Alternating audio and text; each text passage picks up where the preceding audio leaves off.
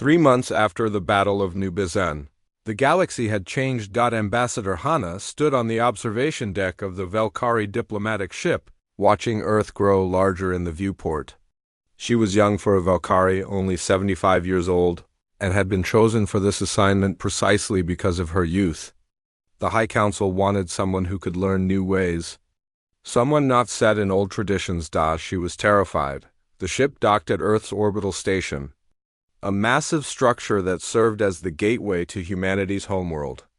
As Hannah walked through the corridors, she noticed something that made her pause. Valkyrie merchants were already here, trading with humans. She saw a Valkyrie trader arguing good-naturedly with a human vendor over the price of some exotic fruit. 3 months ago, their species had been at war. Now they were haggling over groceries. A human escort met her at the arrival gate. "Ambassador Hana, I'm Lieutenant Jin Ho. I'll be taking you down to the surface." The shuttle ride was smooth, and Jin Ho kept up a steady stream of conversation, pointing out landmarks. Hannah found herself relaxing despite her nervousness. The human was friendly, almost casual, nothing like the terrifying warriors she had expected. "You seem surprised," Jin Ho said with a smile. "I expected... You seem surprised." Hannah paused. "I don't know what I expected. Warriors, perhaps. People filled with anger." "We're just people," Jin Ho replied. "We fought because we had to, not because we wanted to. Now that the fighting's over, we're happy to make friends." They landed in Geneva, and Hannah was taken to the Human Concordat's headquarters. President Minho received her in a simple office, nothing like the grand throne room of the Valkyrie Supreme Leader. "Ambassador Hana, welcome," Minho said, shaking her hand in the human gesture of greeting. "I hope your journey was comfortable." "Very much so, President Minho. I bring greetings from the Valkyrie Empire and a proposal. I'm listening." Hannah took a breath. This was the moment she had prepared for. The Valkyrie Empire wishes to propose a mutual defense pact. If either of our species is attacked by a hostile force, the other will come to their aid. Minho leaned back in his chair. "That's a significant step. 3 months ago, we were enemies. Now you want us as allies?" "The galaxy is changing, President Minho. Word of what happened at New Bizen has spread. Some species are impressed.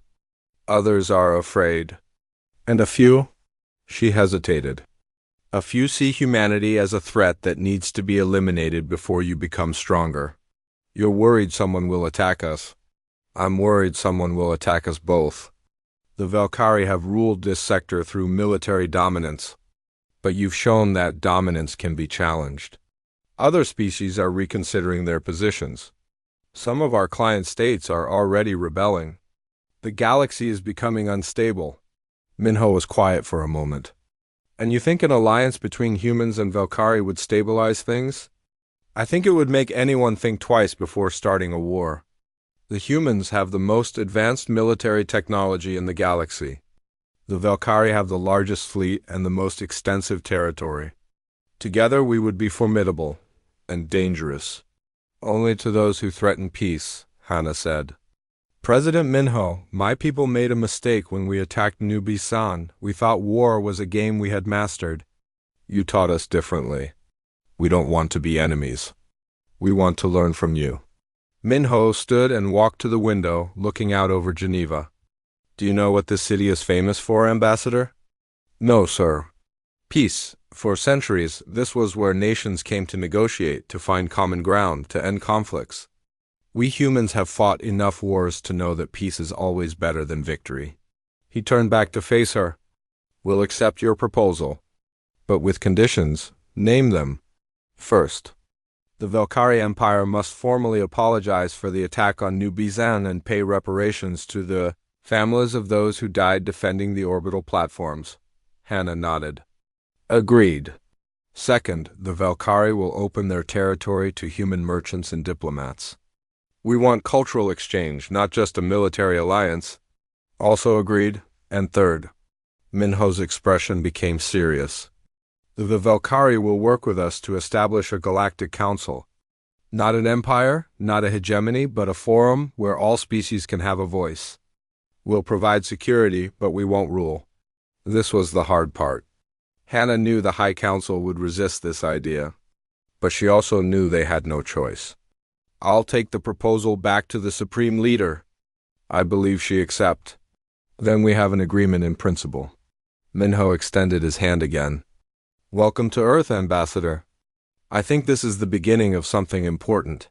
The treaty was signed 2 weeks later. The ceremony was broadcast across the galaxy, showing the Velkari Supreme Leader and the human president standing side by side, committing their species to mutual defense and cooperation. The galaxy watched in shock and awe. Captain Soman stood on the bridge of Indomitable, now assigned as the flagship of the joint human-Velkari border patrol. On her screens, she could see both human and Velkari ships moving in coordinated formations. It had taken weeks of training to get the two fleets working together, but they were making progress. Her second-in-command, Commander Nari, approached. "Captain, we're receiving a distress signal. It's from a Trellin colony in the disputed zone. They're under attack. By whom? The Carvan Supremacy. They're claiming the territory and demanding surrender?" Soman smiled grimly.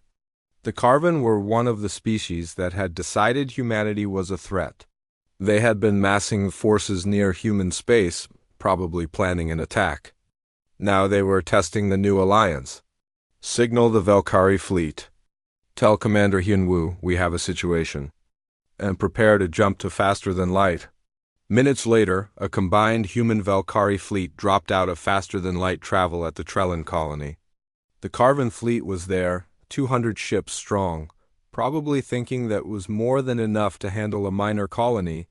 They hadn't counted on facing both humans and Velkari. Soman opened a channel.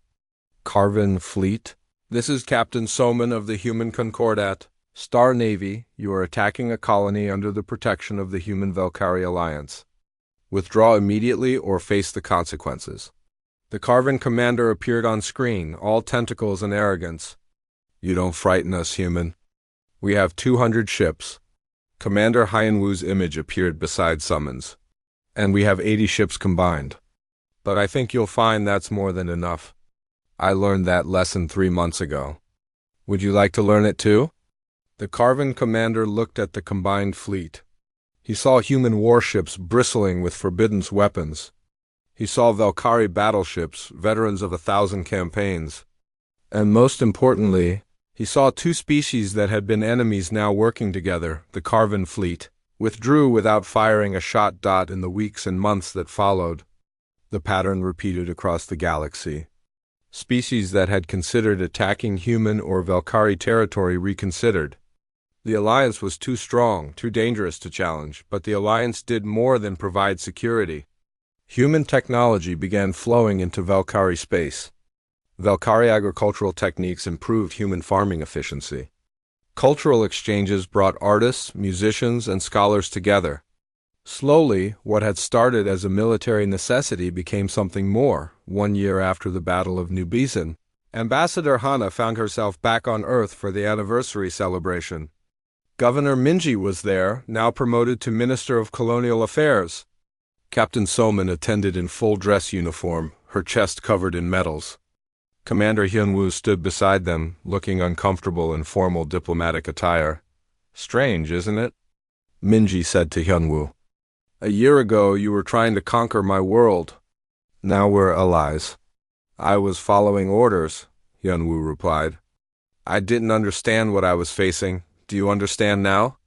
Hyunwoo looked around the room, at humans and Velkari talking and laughing together. "I'm beginning to... You humans don't see the galaxy the way we do.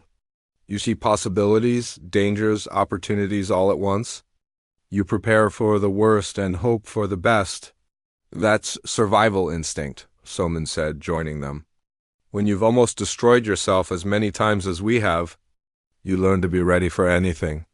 Including making friends with your enemies," Hyunwoo said. "Especially that," Minji agreed. The celebration continued into the night. Across the galaxy, other species watched and wondered. The age of the Velkari Empire was over. The age of humanity had arrived. But it wasn't the age of conquest and domination that many had feared. It was an age of cautious cooperation, Backed by overwhelming military force, the Galactic Council met for the first time 6 months later. 43 species sent representatives. The humans and Valkyrie jointly proposed a charter, mutual defense, free trade, cultural exchange, and most importantly, a promise that conflicts would be resolved through negotiation first. Force only as a last resort. Not everyone agreed. Some species saw it as human imperialism with a friendly face. Others saw it as Valkyrie dominance by another name. But enough species signed on that the council became a reality. 10 years later, Captain Soman, now Admiral Soman, sat in her office on Earth and reviewed the latest reports. The galaxy was more peaceful than it had been in centuries. Oh, there were still conflicts, still tensions, but the combination of human military technology and Valkyrie diplomatic experience had prevented any major wars. The stars were dying around them, and Admiral Taiyang Kim knew his people had run out of places to hide. He stood on the bridge of the UNS Indomitable, watching the red clouds of the Crimson Nebula swirl across his view screen. Behind his ship, 5 massive colony vessels crawled through space like wounded animals. Inside those vessels lived the last 400 million humans in the universe. Earth was gone. Mars was gone. Every human settlement from here to the outer reaches had been burned to ash by the Galactic Council's war fleet. Taiyang was 53 years old, but his face looked much older. Deep lines cut across his forehead, carved there by 3 decades of running and fighting. His dark eyes were tired, but they never stopped watching the sensors. He could not afford to rest. None of them could. "Admiral, we have contacts," said Lieutenant Narration from the communications station. Her voice was steady, but Taiyang heard the fear underneath. "Vraxian ships?" "Lots of them. How many?" Taiyang asked. 200. Maybe more. They're coming out of faster-than-light travel now. Taiyang closed his eyes for just a moment. 200 Vraxian warships. His fleet had 1 heavy cruiser, 40 smaller combat ships, and 5 unarmed colony vessels full of families and children. The math was simple. The math was brutal. "Sound the alarm," he said quietly. "Battle stations. All ships." Red lights began flashing throughout the Indomitable. Across the fleet, millions of people stopped what they were doing and looked up at the warning sirens. They had heard this sound too many times before. They knew what it meant. In the science lab, Dr. Hanachoya was working when the alarm started. She was a thin woman with short black hair and glasses that kept sliding down her nose. Her hands were covered in burns from her experiments. She had been awake for 36 hours straight, running calculations on something impossible. Something desperate. She grabbed her data tablet and ran to the bridge. Captain Minho Park was already in his fighter when the alarm sounded. He was 28 years old, the youngest squadron leader in the fleet. His fighter was called a Wraith, small and fast, armed with missiles that usually did nothing against Vraxian shields. But he strapped in anyway, because what else could he do? Let his people die without a fight? "Wraith Squadron, this is lead," he said into his radio. "Check in." 20 voices answered him. 20 pilots, most of them younger than him. Some were veterans who had been fighting since Earth fell. Others had never seen their home planet, born in the cold of space while humanity ran for its life. "Stay tight," Minho said. "Wait for my signal." On the largest colony ship, the New Dawn, Yuna Lee stood in the civilian council chamber. She was 41, a former engineer who had helped build the terraforming equipment for Mars. Now she represented the voices of ordinary people, the ones who were not soldiers or scientists, just humans trying to survive.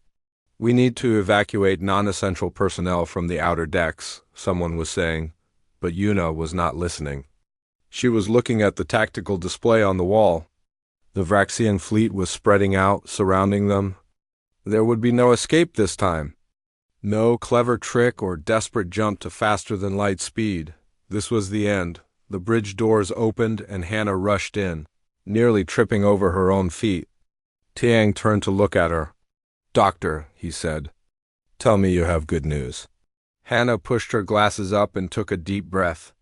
"I have something, maybe, I don't know if it's good news." Right now, I will take anything. Hana brought up her data on the main screen. Complex equations filled the display, but she explained it in simple words. Our quantum reactors, the ones that power our ships, they're basically tiny stars, right? Controlled fusion? We keep them stable so they produce energy slowly. Yes, Taiyang said. I know how our reactors work. But what if we don't keep them stable? Hannah's eyes were wild, brilliant, terrified. What if we let them go completely unstable? All the way? I've been running the numbers. A quantum reactor in full cascade could trigger stellar ignition. It would be like creating a new sun. For just a few seconds, but Taiyang understood immediately. The explosion would destroy everything around it. Everything within 1,000,000 kilometers. Maybe more. The energy release would be... Hannah stopped, choosing her words carefully. It would be the most powerful explosion humanity has ever created. It would destroy the ship too. Yes, Taiyang looked at the approaching Vraxian fleet. Then he looked at his own ships. 5 colony vessels. 1 cruiser. 40 combat ships. Each one had a quantum reactor. Each one could become a weapon. How long to make this happen? He asked. I would need to override every safety system. Manually recalibrate the containment fields. Maybe 2 hours per ship. We don't have 2 hours. I know. The Vraxian ships were getting closer. On the view screen, Taiyang could see them now, enormous things made of dark metal and pulsing energy. The Vraxians did not believe in peaceful coexistence. They believed humanity was a disease that needed to be removed from the galaxy. The Galactic Council had voted, and 12 alien species had agreed. Humanity must die. Taiyang opened a channel to the entire fleet. Every ship, every person. This is Admiral Kim, he said. His voice echoed through corridors and living quarters, through fighter cockpits and engine rooms. I am not going to lie to you. The Vraxian fleet has found us. They outnumber us 50 to 1. Our weapons cannot pierce their shields. If we fight them normally, we will lose. We will all die. He paused. 400 million people listened. But Dr. Hana Choi has discovered something. A way to turn our reactors into weapons. Into stars. Ships that do this will be destroyed instantly. Everyone aboard will die. But the explosion will take Vraxian ships with them. Many of them. Another pause. Longer this time. I am asking for volunteers. Ships willing to become weapons. I will not order anyone to do this. It must be a choice. Your choice. Silence filled the channel. Taiyang waited. Then a voice came through. Old and rough. This is the colony ship Exodus. Captain Do Yenon speaking. We are heavily damaged. We cannot run anymore. We volunteer. Taiyang felt something break inside his chest. Acknowledged Exodus. More voices came. The destroyer Phoenix. The frigate Eternal. 3 fighters from Minho's squadron. Even one of the smaller colony ships, the Horizon, where families voted together and chose to die protecting the others. Hana was crying as she worked with the engineering teams, explaining how to trigger the cascade. Yuna sent messages to the Exodus, telling the 70,000 people there that the fleet would remember them. That humanity would remember. Minho launched his wraith into the dark, his squadron following. Their job was to guide the volunteer ships to the best positions. To make sure their sacrifices counted, the Vraxian fleet came closer. Taiyang stood straight on his bridge, watching everything. His hands were steady on the command console. All ships, he said softly. Route reactor cores to maximum overload. Today we become the stars they tried to extinguish. And in the dark between worlds, quantum reactors began to scream. The engineering deck of the Exodus was hot and loud with alarms. Commander Seojin Khan worked with hands that never trembled, even though he knew he was preparing his own death. Around him, 23 engineers moved through the reactor chamber, pulling cables and overriding safety systems that were designed to prevent exactly what they were about to do. Containment field at 60%? Someone called out. Good, Seojin replied. Drop it to 40. Then 30. We need the cascade to happen fast and clean. Clean, what a strange word to use for creating a star that would vaporize them all. But Seojin had been an engineer for 30 years. He believed in doing things properly, even at the end, especially at the end, on the bridge of the Exodus. Captain Do Yun-an watched the Vraxian fleet approaching. He was 67 years old, the oldest ship captain in the human fleet. His hair was white, his back was bent from a lifetime in artificial gravity, but his voice was still strong. "This is Captain On to all residents of the Exodus," he said over the ship-wide channel. "We are 15 minutes from ignition. If anyone wants to record final messages, now is the time. The communication officers will make sure they reach the other ships." All over the colony vessel, people sat down to make recordings. Parents speaking to children who lived on other ships. Husbands and wives saying goodbye. Scientists explaining their unfinished research. Teachers passing on their knowledge. An old woman singing a song from Earth, from Korea, from a place that existed only in memory now. In the communications center. Lieutenant Neri Song received the messages from the Exodus. Thousands of them. She saved every single one, her tears falling on the console as she worked. These were the last words of 70,000 human beings. She would not let them be lost. Nari opened a channel to the Galactic Council's frequency.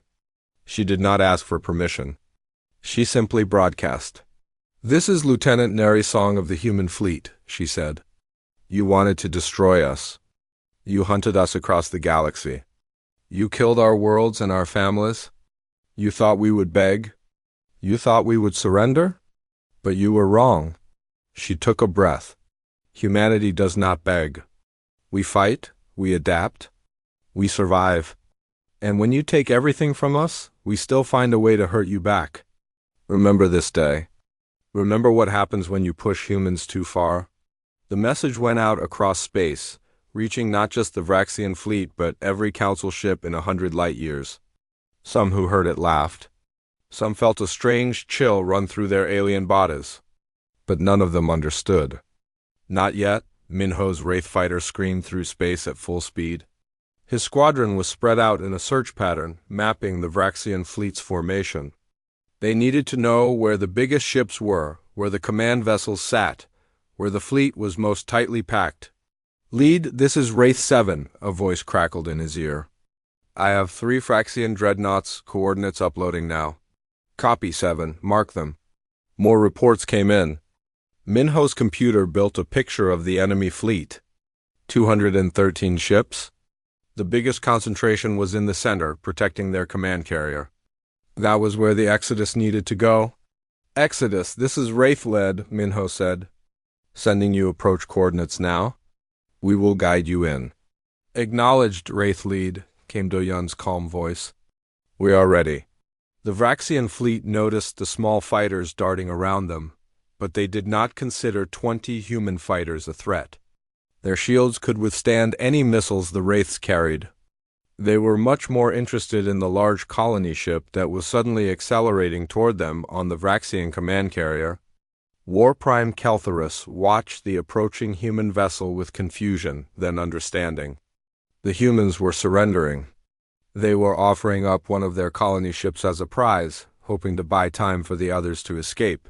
"Pathetic," Keltharus said in his clicking language. "Prepare boarding crews. We will take their ship and everyone inside. They will serve as slaves or experiments." His tactical officer hesitated. "War Prime, their reactor readings are unusual. I do not care about their primitive technology. Prepare to board?" On the Exodus, Seojin watched his displays as the reactor containment field dropped below critical levels. The quantum reactions inside were no longer controlled. They were cascading, feeding on themselves, growing exponentially. The engineering deck was shaking now. The metal walls glowed with heat. 5 minutes to ignition, he said into his radio. "All engineering personnel, evacuate to the bridge." We watched the end together. His team dropped their tools and ran. There was nothing more they could do. The process was automatic now, unstoppable. Seojin took one last look at the reactor chamber. He had maintained this reactor for 12 years. He knew every circuit, every power coupling. In a way, it was beautiful, seeing it unleash its full power after being restrained for so long. He turned and walked to the bridge. The Exodus was deep in the Vraxion formation now. Minho's fighters circled around it, keeping enemy ships from firing and destroying the colony vessel too early. They needed the Exodus to reach the very center. Distance to optimal position, Doyan asked his navigator. 30 seconds? Doyan opened the final channel to Admiral Taiyang. Admiral, we are in position. It has been an honor. On the Indomitable, Taiyang stood with his hand pressed against the view screen, as if he could reach out and touch the brave ship one last time. The honor is ours, Captain. All of humanity thanks you. We will make sure your sacrifice means something. 20 seconds, the navigator said. Doyan looked around his bridge. Every station was filled. No one had run. No one had tried to take an escape pod. 70,000 people had voted to do this, and 70,000 people were seeing it through. 10 seconds. Seojun's voice came over the radio. Reactor at critical mass. Cascade is irreversible. We have ignition. The Vraxian boarding crews were launching from their ships, crossing the space to the Exodus. Keltherus was already imagining the glory of capturing so many humans alive. But his tactical officer was shouting something, pointing at his sensors with alarm. Too late. Keltherus understood. The human ship was not surrendering. It was a weapon. Inside the Exodus, reality began to break. The quantum reactor, freed from all restraints, compressed matter and energy into an impossible density. Fusion reactions that would normally take place over millions of years in a star's core happened in 1 second. Then another second. Then dash light, dot, pure, brilliant, impossible light. A star was born in the darkness of space. For 3 seconds, the Exodus became a sun. Temperature rose to 10 million degrees. Energy exploded outward at the speed of light. 40-7 Vraxian ships simply ceased to exist. They did not explode. They did not burn. They were there, and then they were not. Vaporized so completely that not even atoms remained. The shockwave hit 200 more Vraxian vessels. Shields failed. Hulls buckled. Ships spun out of control. The Vraxian formation scattered like leaves in a storm. And then, 3 seconds after it began, the new star died. The Exodus was gone. 70,000 humans were gone. But in their place was the expanding sphere of superheated plasma, still destroying everything it touched. On the Indomitable, every human being stood in silence. They had just watched people die, friends, family, but they had also watched those people take 1/4 of the Vraxian fleet with them. Hannah was shaking, staring at her readings. It worked, she whispered.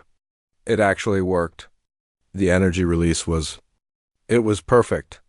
Yuna was on the civilian channel, reading names. The names of the Exodus dead. Every single one. It would take hours, but she would read them all. Minho and his squadron circled through the debris field. There was nothing left of the Exodus. But there was also nothing left of 47 Vraxian warships. All Wraith fighters return to formation, Minho said quietly. We have more work to do. On the Vraxian command carrier, Keltherus stared at the empty space where his ships had been. His clicking language failed him. He had no words for what he had just witnessed. Finally, he managed to speak. They turned their ship into a star. They killed themselves to kill us. His tactical officer was bringing up damage reports. Over 200 ships damaged or destroyed. Their perfect formation was in chaos. War Prime, what are your orders? Keltherus looked at the remaining human ships. 4 colony vessels. 1 cruiser. 40 small fighters. And now he understood that each one could do what the Exodus had done. Each one was a potential star. They are not fleeing anymore, he said slowly. They are hunting us. In the dark of space, quantum reactors hummed with new purpose. Admiral Taiyang looked at his fleet, at the volunteers who were already preparing their ships for ignition. All ships, he said. Prepare for Phase 2. And somewhere in the Crimson Nebula, stars began to wake. The Crimson Nebula was beautiful and deadly, a vast cloud of red gas stretching across 50 light-years of space. Before the war, scientists had studied it, fascinated by its strange properties. Now, it was humanity's hunting ground. Wing Commander Yunji Bei sat in the briefing room of the Indomitable, looking at the pilots assembled before her. They were young, most of them. Too young. But they were all humanity had left. The nebula's gas interferes with sensors, she explained, pointing at the three-dimensional map floating in the air. The Vraxians can't see us clearly. We use that. We hit them fast, we guide our bomb ships to their targets, and we disappear before they can respond. A pilot raised his hand. Commander, how many more ships do we have to lose? Yunji did not lie to them. As many as it takes. We have 4 colony vessels left. The frigate Eternal has volunteered for the next strike. After that, the destroyer Phoenix. We will keep fighting until we win or until there is nothing left to fight with. The pilots were quiet. Then Minho stood up. Then we better make every strike count.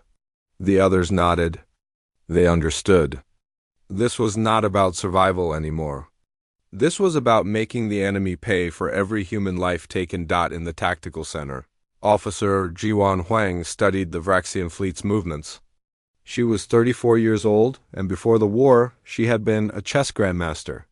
Now she played a different game, with ships instead of pieces and death instead of points. They are splitting their forces, she said to Admiral Taiyang. Half the fleet is pulling back, see? They are afraid. But the other half is pushing forward. Their war prime has lost control of his commanders. Taiyang looked at the display. A divided enemy. Yes, and a divided enemy can be defeated one piece at a time. Jiwan moved markers on the map. If we ignite ships here and here, we create a wall of radiation. It will cut their fleet in 2. Then we destroy each half separately. How many ships would we need to sacrifice? 3, maybe 4. Tian closed his eyes. 3 ships meant 60,000 people. Maybe more. But if Jiwan was right, it would destroy half the Vraxian fleet. Start planning the operation, he said. Dr. Sora Nam sat in the xenobiology lab, headphones covering her ears as she listened to intercepted Vraxian communications. She was 29 and had spent her entire life studying alien languages. Now she used that knowledge to spy on the enemy. What she heard made her sit up straight. Admiral, she said into her communicator, you need to hear this. Minutes later, Taiyang and Hannah were in the lab. Sora played the recording. The Vraxian language sounded like clicking and hissing, but the computer translated it. Radiation is corrupting the memory share, 3rd generation. Offspring showing incomplete genetic. Transfer, the starlight burns our legacy. Sora stopped the recording. I have been hearing this for hours now. The Vraxians are panicking about something called memory share. I did research. Their species passes knowledge genetically from parent to offspring, but stellar radiation disrupts that process. Hannah understood immediately. We are not just killing them. We are erasing their culture, their history. Every time we create a star, the radiation affects their ability to pass on their memories. Exactly, Sora said. They fear this more than death. To them, losing their memories is losing their immortality. Taiyang felt a cold satisfaction. Then we give them more radiation than they can handle. The frigate Eternal began its run 6 hours later. It was smaller than the Exodus, carrying only 8,000 people, but its reactor was just as deadly. Captain Boyangam commanded the ship, and she did not waste words. We are going in, she said simply. Wraith Squadron, guide us true. Minho's fighters led the way, darting through the red clouds of the nebula. The Vraxian ships tried to track them, but their sensors could not pierce the dense gas. By the time they realized where the Eternal was going, it was too late. The frigate drove into the center of the forward Vraxian formation. Its reactor went critical. Another star bloomed in the darkness. 20-6 Vraxian ships died. 50 more were crippled. 4 hours later, the destroyer Phoenix made its run. 18 more Vraxian vessels were destroyed, The colony ship Horizon went next, its 30,000 residents choosing death over enslavement. The explosion took out a Vraxian supply depot and 40 support ships. After each ignition, Yunji's pilots had to fly through the radiation and debris to return home. They lost fighters every mission. Minho watched his squadron shrink from 20 to 15 to 12. But they kept flying. G1 watched the Vraxian fleet's formation collapse. Her chess game was working. The enemy was scattered, confused, trying to retreat but unable to coordinate. She placed new markers on the map. Here, she said. We hit them here next. It is their command ship. If we take it out, they will have no leadership. That is in the center of their defensive formation, Taiyang said. Any ship going in will face concentrated fire. They might destroy our bomb ship before it can ignite. Yes, Jiwan agreed. We need something fast. Something that can get close before they realize what is happening. They both looked at the same ship on the display. The N's Indomitable, the heavy cruiser, Taiyang's flagship. No, Hannah said immediately. We cannot lose the Indomitable. It is our strongest combat ship. We are not winning this with combat ships, Taiyang said quietly. We are winning it with sacrifice. And if my ship can end this war, then that is what it must do. Yuna came to the bridge when she heard the plan. Admiral, if you take the Indomitable on a suicide run, who will command the fleet? You will, Taiyang said. You and the civilian council. You speak for humanity better than any soldier ever could. Yuna wanted to argue, but she saw the determination in his eyes. This was not a debate. The decision was made. Xiajun and his engineering teams worked through the night, preparing the Indomitable's massive reactor for Cascade. It was the largest reactor in the fleet. When it ignited, the explosion would be 3 times more powerful than anything they had created before. Hannah ran the calculations over and over, hoping to find another way. There was none. The Indomitable was the only ship that could reach the Vraxian command carrier and destroy it. On the night before the mission, Tiang walked through his ship one last time. He stopped in the memorial hall, where the names of every human who had died in the war were engraved on the walls. There were so many names. Millions and millions of them, he added new names. The Exodus, the Eternal, the Phoenix, the Horizon. Every person who had chosen to become a star. Hannah found him there. You do not have to do this, she said. We can find another way. There is no other way. You know that? Then let me come with you. Taiyang turned to look at her. No, I need you to survive. Someone has to remember why we did this. Someone has to tell the story. I do not want to tell stories, Hannah said, her voice breaking. I want to live in a universe where you exist. Taiyang reached out and took her hand. They stood together in the memorial hall, surrounded by the names of the dead, knowing that tomorrow his name would join them. We gave them hope, Taiyang said. That is enough. The Indomitable launched at dawn, if dawn meant anything in space. Minho's remaining fighters escorted it, 12 wraiths against what was left of the Vraxian fleet. The enemy saw them coming. Every weapon turned toward the heavy cruiser. Energy beams and missiles filled the space around them. The Indomitable's shields held, but barely. 2 minutes to optimal position, Xiaojun said from engineering. The reactor was already in Cascade.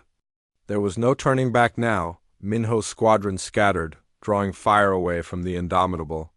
3 fighters died in the first 30 seconds. Then 4 more. But they bought time. 1 minute, Xiaojun said. The Vraxian command carrier loomed ahead, a massive thing covered in weapons. It was firing everything it had at the Indomitable. The human cruiser's shields failed. Hull armor began to burn. 30 seconds.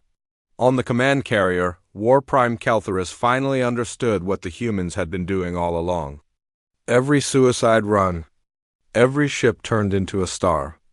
They had been hurting his fleet, positioning it, making it vulnerable. And now their strongest ship was going to kill him and everyone around him. All ships, full retreat, he screamed. But it was too late. 10 seconds, Sojin said. Tyang sat in his command chair, his hands steady. Around him, his crew stood at their stations. No one had abandoned ship. They all chose to stay. It has been an honor, Taiyang said to them. The honor was ours, Admiral, they replied. 5 seconds. Tiang closed his eyes and thought of Earth, of his family, of Hana, of every human who had ever lived and fought and died for the right to exist. Ignition. The In's Indomitable became a star. The brightest star humanity had ever made. The explosion consumed the Vraxian command carrier instantly. The War Prime died before he could even scream. 117 more Vraxian ships were caught in the blast dot from the remaining human fleet. Millions watched as their admiral gave his life. Hannah watched through tears, her instruments recording every detail of the explosion. She would remember.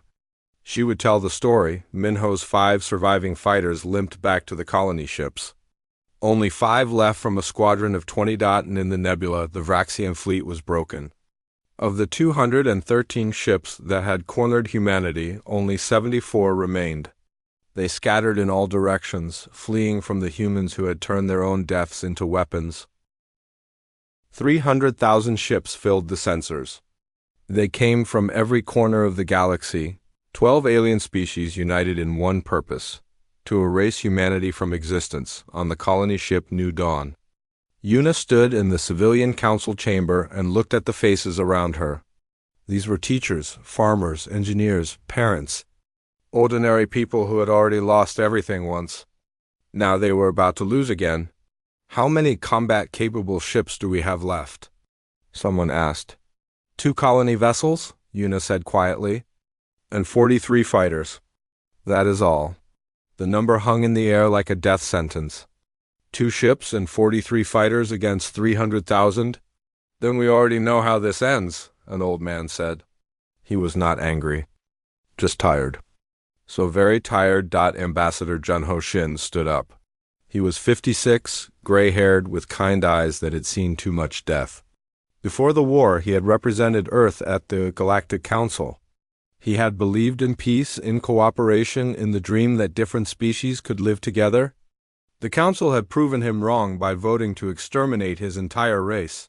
They will offer us terms, Junho said. They always do, before the final battle. They will give us a chance to surrender, should we? A woman asked. At least some of us would live. The children could live. Yuna looked at the faces of the children in the chamber. There were so many of them. Babies who had never seen a planet. Teenagers who had spent their entire lives running. They deserved better than this. We should vote, she said. Everyone. Even the children. This decision affects all of us. Meanwhile, in what was left of the science lab, Hannah worked with engineer Minji Ko. Minji was only 19, the youngest person ever to earn fusion certification. She had been training under Seojin before he died on the Indomitable. There has to be something we are missing, Hannah said, staring at her data. Some property of the nebula we have not used yet. Minji looked at the readings. The Crimson Nebula was strange, everyone knew that. Its gas composition was unique. The way it reacted to stellar radiation was unusual. Hannah had used those properties to refine the ignition process, making each explosion more powerful. What if we do not ignite one ship? Minji said slowly. What if we ignite everything? The whole nebula? Hannah looked at her. That is impossible. The nebula is 50 light-years across. Even if we used every reactor we have, we could not. She stopped. Pulled up new calculations. Started running simulations? Unless, Hannah whispered. Unless we use the nebula's own properties. The gas is already unstable. The stellar radiation from our previous ignitions has been building up. If we triggered a cascade at just the right points, the reaction could spread. Like dominoes falling, Minji said. Exactly. We could turn the entire nebula into one massive stellar nursery. Multiple stars igniting at once. They looked at each other, understanding the implications. The explosion would be unlike anything in recorded history. It would create a chain reaction that would birth dozens. Maybe hundreds of new stars simultaneously. It would also kill everyone in the nebula. Human and alien alike. The Galactic Council's broadcast came 6 hours later. It appeared on every screen in the human fleet. The council speaker was a tall being covered in blue scales, speaking in a voice that the computers translated. Humans of the lost fleet. You have fought bravely, but this ends now. Surrender immediately and we offer mercy. You will be relocated to prison colonies. Your children will be raised by civilized species. Your existence will continue, though your freedom will not. The broadcast paused, then continued. Refuse, and we will destroy every ship, every person. You have 1 hour to decide. Junhonho wanted to respond immediately to reject their disgusting offer, but he waited. The vote was still being counted. All across the 2 remaining colony ships, people made their choice. They used simple terminals, pressing yes or no. Should humanity surrender? The results came in. Yuna read them with tears in her eyes. 347,819 votes against surrender. Only 8,214 votes in favor. Even the children had voted. Even the babies, whose parents voted for them. Humanity had chosen. They would rather die free than live as prisoners. Jun composed his response to the council. He made it simple. This is Ambassador Junho Shin. You destroyed our worlds. You killed our people. You hunted us across the galaxy. You offer us prison and slavery and call it mercy. We reject your mercy. We reject your authority. We reject your right to judge us. He paused, choosing his next words carefully. You wanted to erase humanity from the universe. But you failed. Because as long as one human remains free, we exist. And when you kill the last of us, remember this, we did not submit. We did not bow. We fought you with everything we had, and we made you pay for every life you took. The broadcast ended. The council would have their answer. Hana brought her plan to Yuna and the civilian council. She explained the cascade, the chain reaction, the possibility of turning the entire nebula into a stellar event. What would it accomplish? Yuna asked. The council fleet is entering the nebula now, Hana said. They think they are cornering us. But if we trigger the cascade, they will be caught in the ignition. The radiation and energy release would destroy most of their fleet. Most? Not all? No, Hana admitted. Some will escape. Maybe 30 or 40,000 ships. But the rest would be gone. And us? Hana looked at the floor. We would be at the center of the reaction. We would not survive. Silence filled the chamber. Then Minji spoke up. But we never expected to survive anyway. At least this way, we take them with us. We make sure they never do this to another species. Fleet Captain Dasim Yu, who commanded the remaining transports, nodded. It is better than waiting for them to hunt us down. Better than surrendering. If we must die, let it be on our terms. The vote was unanimous. They would ignite the nebula. The next hours were frantic. Hana and Minji worked with every engineer left alive, calculating the precise points where reactors needed to ignite. They needed perfect timing. Too early, and the cascade would fail. Too late, and the council fleet would realize what was happening and retreat. Minho gathered his remaining 43 pilots. They would guide the bomb ships to their positions one last time. After this run, there is no coming back, he told them. We will be too close to the ignition points. We die with the ships we are guiding? Not one pilot refused. They had all lost too much. They all had scores to settle. The council fleet spread through the nebula like a swarm, confident in their overwhelming numbers. 300,000 ships against 2 human colony vessels. It was not even a battle. It was an execution, but they did not understand what the humans were planning. They did not know about the cascade. Junho sent one final broadcast. Not to the council. To any species that might be listening. To historians of the future. My name is Junho Shin. I am human. My species is about to die, and I want the galaxy to know why. We did not start this war. We did not ask to be exterminated. We only wanted to live, to explore, to join the community of intelligent species. But the Galactic Council decided we were too dangerous, too unpredictable, too human. He looked directly into the camera. So they came to kill us, and we fought back. We fought with everything we had. We turned our ships into stars. We made the darkness bright with our defiance. And now, in our final act, we will show the Council what happens when you try to erase humanity. He smiled, and it was not a kind smile. We do not go quietly. We do not fade away. We burn. And we take you with us. The two colony ships began their final run. New Dawn and Hope's End, the last two vessels carrying humanity's survivors. Inside them, 340,000 people prepared to die. Children held their parents' hands. Couples embraced. Friends said goodbye. Hannah sat in her lab, watching her calculations one last time, making sure everything was perfect. This was her life's work, the final equation. It had to be right. Minji sat beside her. Dr. Choi? Are you afraid? Hannah thought about it. No, I am sad. There was so much we could have discovered. So many stars we could have studied. But I am not afraid. I am, Minji admitted. A little. That is okay?